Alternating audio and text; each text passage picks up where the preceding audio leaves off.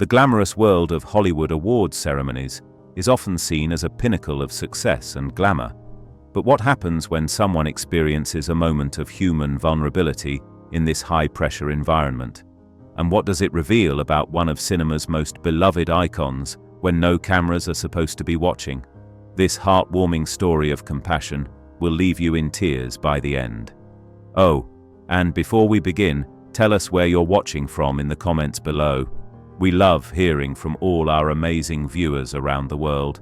The invitation that changed everything. 28-year-old Emma Winters never imagined she would set foot on a red carpet.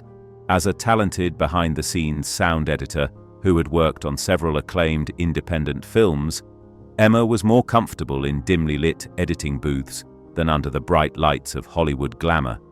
But her exceptional work on the critically acclaimed film Whispers of Eternity had earned her team a prestigious nomination at the American Cinema Awards. When the invitation arrived, Emma stared at it with a mixture of pride and terror. "I can't possibly go," she told her mother over the phone, her voice tight with anxiety. "You know how I get in crowds. What if I have a panic attack in front of everyone?" Emma had struggled with severe anxiety since her teenage years. Despite therapy and medication that usually kept her condition manageable, certain situations, particularly being the center of attention, could trigger debilitating panic attacks. "Honey, this is your moment," her mother insisted gently. "You've worked so hard. Don't let your anxiety rob you of this achievement." After days of internal debate, Emma made her decision. She would attend the ceremony, representing her team and facing her fears. She purchased an elegant but understated navy blue gown, practiced walking in heels, and prepared herself mentally for the evening ahead. What Emma couldn't prepare for was how the events of that night would not only change her life, but touch the hearts of millions around the world. The red carpet nightmare. The American Cinema Awards ceremony was being held at the prestigious Dolby Theatre in Los Angeles. Emma arrived early, hoping to slip in without much attention. But the red carpet was already bustling with celebrities, photographers, and reporters. "You can do this," she whispered to herself, clutching her small purse where she kept her emergency anxiety medication. "Just breathe. 10 minutes, and you'll be inside." As Emma tentatively stepped onto the red carpet, the cacophony of shouted names, camera flashes, and overlapping conversations immediately overwhelmed her senses. She kept her eyes focused straight ahead, trying to remember her therapist's breathing techniques. Then, disaster struck. A well-known entertainment reporter spotted Emma and, recognizing her from the nomination list, approached with a microphone and camera crew. "Emma Winters, congratulations on your first nomination. How does it feel to be recognized for Whispers of Eternity?" The microphone was thrust toward her face as bright lights suddenly blinded her. Emma froze. Her heart began racing uncontrollably. The sounds around her seemed to distort and amplify. She felt a cold sweat break out across her forehead, and her chest tightened painfully. I'm... she stammered, unable to form a coherent sentence as the familiar wave of panic engulfed her. The reporter, sensing something was wrong, awkwardly continued, "This must be quite overwhelming, being your first major awards show." But Emma couldn't hear anymore. The symptoms of her panic attack were in full swing.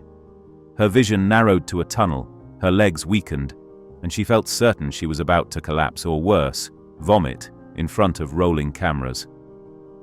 In that moment of pure terror, Emma did the only thing she could think of. She turned and fled from the cameras, desperately seeking escape. In her haste, she stumbled down a side corridor of the theater, away from the crowd, tears streaming down her face as she gasped for breath. An unexpected encounter. Emma found herself in a quiet service hallway, leaning against the wall as she struggled to control her breathing. Her hands shook so badly she couldn't open her purse to reach her medication. Shame and embarrassment compounded her panic. In her mind, she had just humiliated herself on what should have been one of the proudest nights of her career. Focus on 5 things you can see, she whispered to herself, trying to use grounding techniques. 4 things you can touch, 3 things you can hear. That's good. Keep going, came a deep, soothing voice from nearby. Emma jumped slightly and turned to see an elderly gentleman in an impeccable tuxedo standing a respectful distance away.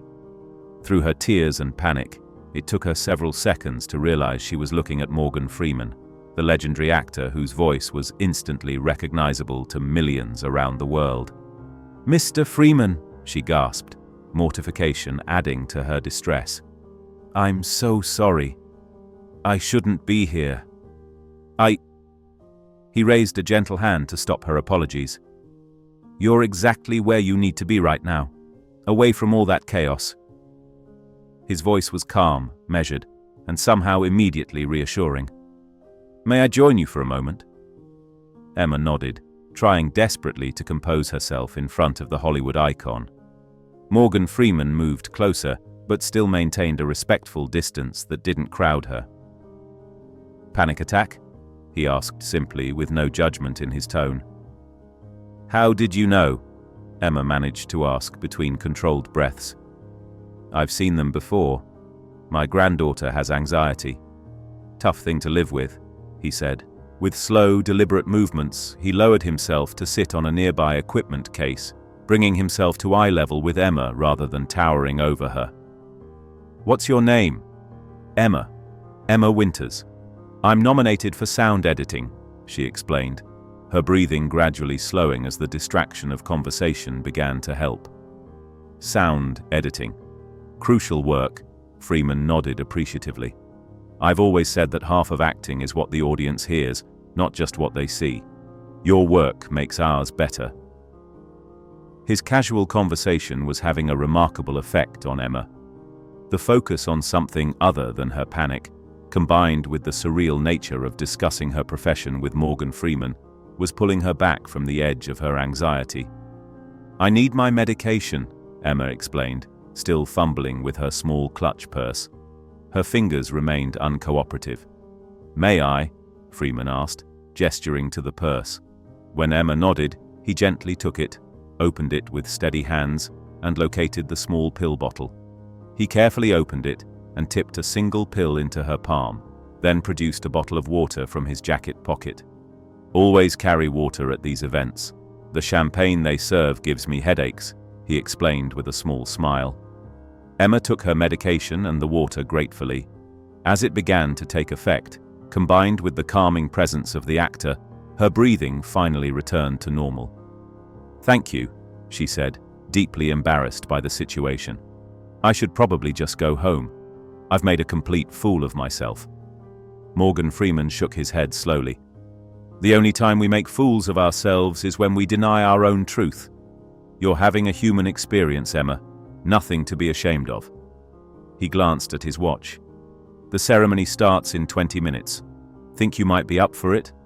I happen to know they're seating your category in a quiet corner, away from most of the cameras." Emma looked uncertain. "I don't know if I can face anyone after running off like that." "Tell you what," Freeman said thoughtfully. "My date tonight is my publicist, and frankly, she's been talking my ear off all day about Twitter strategies." He rolled his eyes good-naturedly. "Would it help if you sat with me? No pressure to talk or do anything. Just a quiet spot where you can witness your moment when they announce your category." Emma stared at him in disbelief. "You'd do that for a complete stranger?" Morgan Freeman smiled, the familiar crinkles appearing around his eyes. "We're hardly strangers now. You've seen me at my most authentic, and I've seen you at yours. That's more real than most of the conversations that will happen in that theater tonight." An act of kindness, unseen. What Morgan Freeman and Emma didn't know was that a young assistant production coordinator had witnessed their interaction from the end of the hallway. Deeply moved by the famous actor's kindness, she had discreetly taken a few photos with her phone. She hadn't planned to share them. It felt like an invasion of privacy, but the images of one of Hollywood's most respected figures sitting patiently with a distressed young woman, speaking to her with such evident compassion, had captured something rare and beautiful. Inside the theater, Emma found herself seated next to Morgan Freeman in a relatively secluded section. True to his word, he created a buffer between her and the chaos of the event, occasionally leaning over to make quiet observations about the ceremony that made her smile despite her lingering embarrassment. "See that actor who just won?" he whispered at one point. "He's wearing mismatched socks. Always has at every award show, says it's his lucky charm." When Emma's category was announced, she held her breath. Although her team didn't win, Freeman applauded enthusiastically and assured her, "Your time will come, and when it does, I'll be saying I knew you when."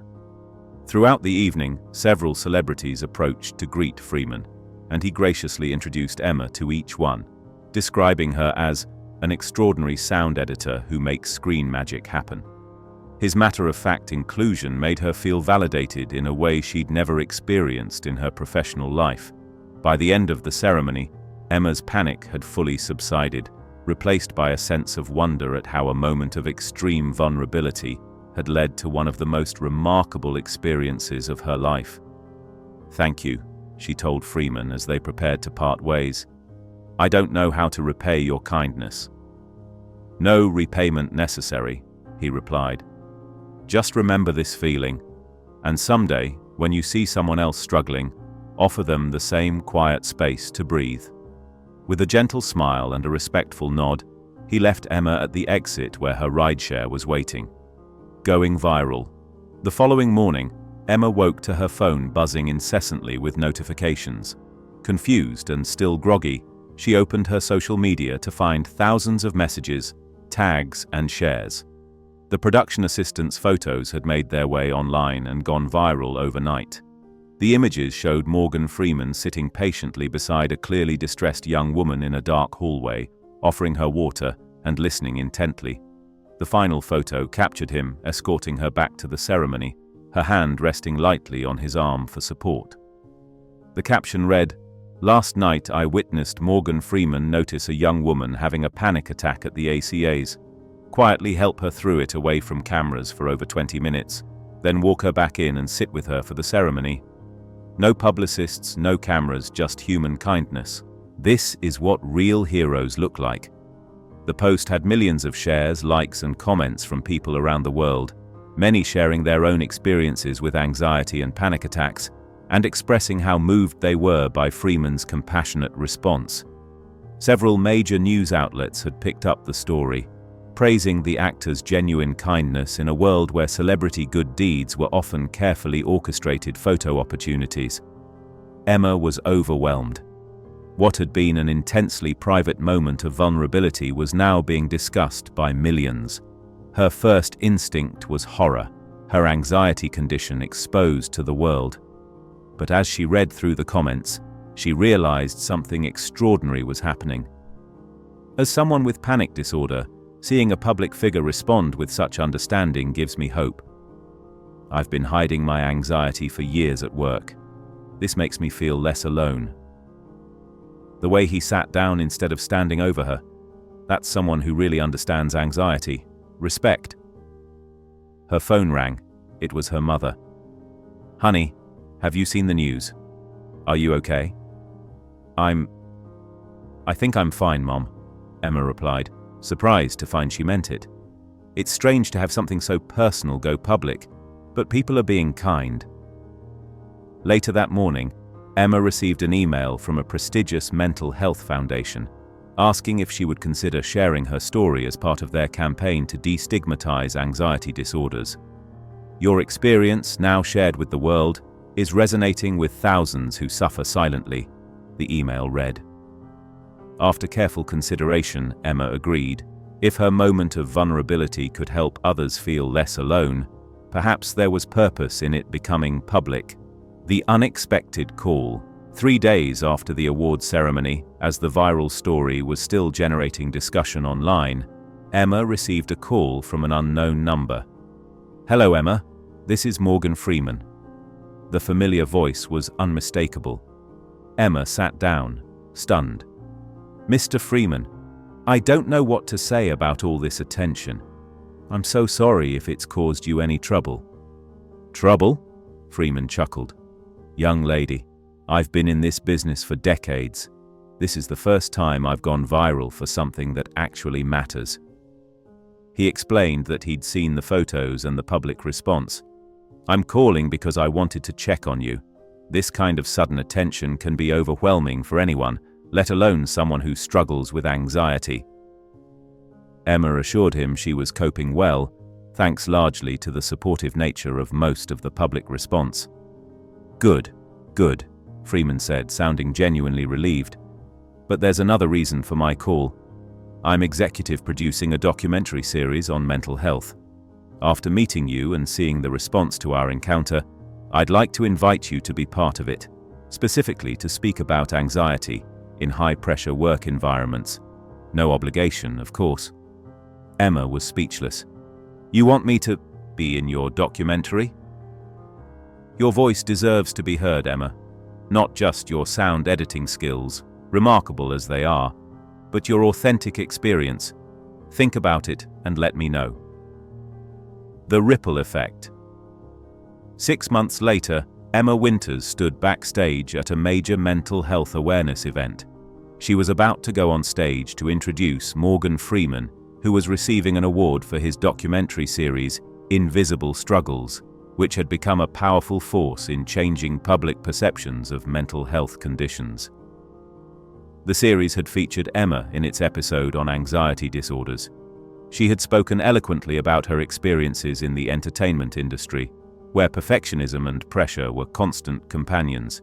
Her segment had resonated deeply with viewers and prompted several major studios to implement mental health support programs for their crews. In the audience sat dozens of sound editors, producers, and technicians who had been inspired by Emma's courage to come forward with their own mental health struggles. The industry was slowly but significantly changing its culture of silence. As Emma waited for her cue, she felt the familiar flutter of anxiety in her chest. But this time, it was different. The anxiety was still there. It would always be part of her, but it no longer defined her or limited her potential. Morgan Freeman joined her backstage, now a dear friend and mentor. "Nervous?" he asked with his characteristic directness. "Always," Emma smiled, "but I'm doing it anyway." "That's courage," he nodded approvingly. "Not the absence of fear, but moving forward despite it." As they walked onto the stage together to thunderous applause, Emma reflected on how a moment of absolute vulnerability had transformed into her greatest strength, and how one person's quiet kindness, offered with no expectation of recognition or reward, had created ripples that were still expanding, touching countless lives with healing and hope. The story of the panic attack at the awards show had faded from headlines, but its impact continued to grow through changed policies, new support programs, and most importantly, in the countless individuals who now felt empowered to seek help without shame. In his acceptance speech that night, Morgan Freeman said something that would stay with Emma forever. "True strength isn't found in never falling, it's found in rising each time we fall. And true kindness isn't found in grand gestures for all to see, but in the quiet moments when no one is watching. Or at least, when we think no one is watching." The audience laughed at his reference to the viral photos, then rose in a standing ovation that continued for several minutes. As Emma watched from the side of the stage, she no longer saw her anxiety as something to hide or overcome. Instead, it had become the unexpected bridge to her purpose, helping others find their voice and their courage, just as Morgan Freeman had helped her find hers on that fateful night when kindness met vulnerability and changed everything. If you were moved by this story, don't forget to like, subscribe, and share it with someone who might need to hear that their struggles don't define them. And tell us in the comments, has a stranger's kindness ever changed your life? Remember, sometimes the greatest acts of heroism happen in quiet hallways, away from the spotlight, one human heart reaching out to another.